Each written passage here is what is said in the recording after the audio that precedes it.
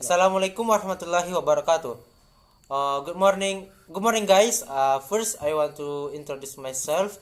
My name is Faria Barazra. I'm from Bengkulu University, MPM G1B019058. Okay, in here I want to story telling about the importance of natural disaster mitigation. Okay, we go straight to the discussion.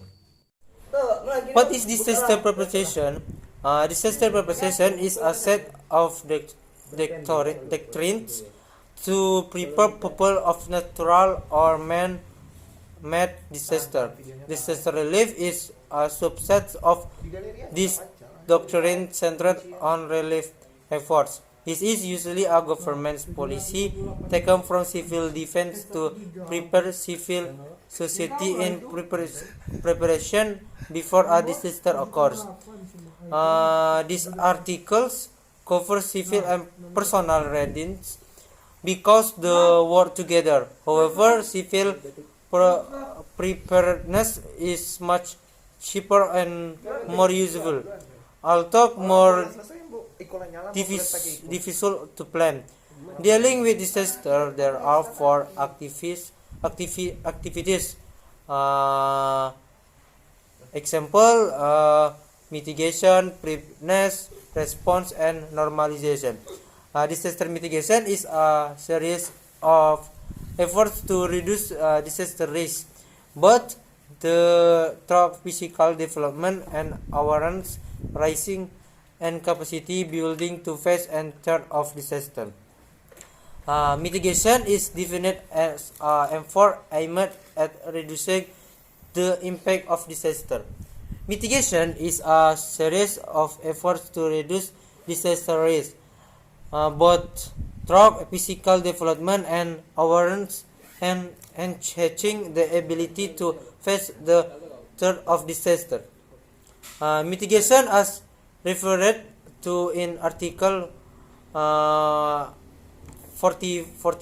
letter C, is carried out to reduce the risk of disaster of people who are in disaster-prone areas.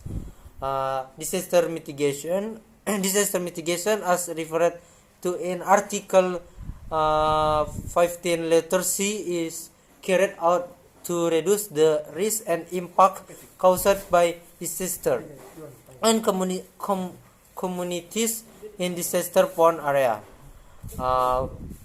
Whether natural disaster, human-made disaster, or combination of both in a country or community.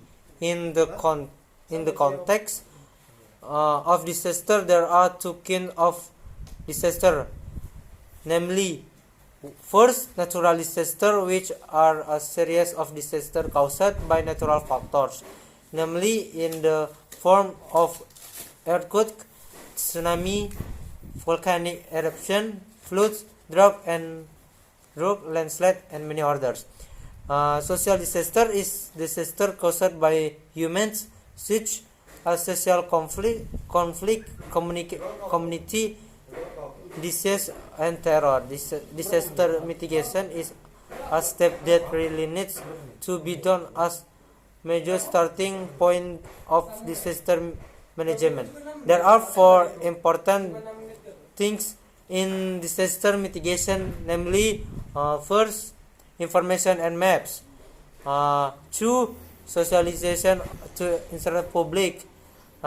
Three, know that needs to be done and avoided. Four, argument of disaster-prone areas to reduce the threat of disaster. Mitigation is divided into two types, namely structural mitigation and non-structural mitigation. First, structural mitigation. Structural mitigation is an effort to minimize disaster through the construction of various physical infrastructure and using technological approaches such as the creation of special channel for flood prevention, volcanic activities, detection device, building that are earthquake resistant, or the early warning system used to predict tsunami waves. Structural mitigation is an effort to reduce vulnerability to disaster by means of technical engineering of disaster-resistant building. A disaster-resistant building is a building with a structure that is planned so that the building is able to survive or suffer damage that is not dangerous if the disaster in question occurs. 2. Non-structural mitigation. Non-structural mitigation is an effort to reduce the impact of disaster other than the above mentioned efforts. Can be within the scope of policy making efforts such as making or regulation. Disaster management is a non-structural effort in policy area of the mitigation. Another example is the making of urban spatial planning, community capacity building, even to the point of activating various other activities that are useful of strengthening community capacity, also part of this mitigation.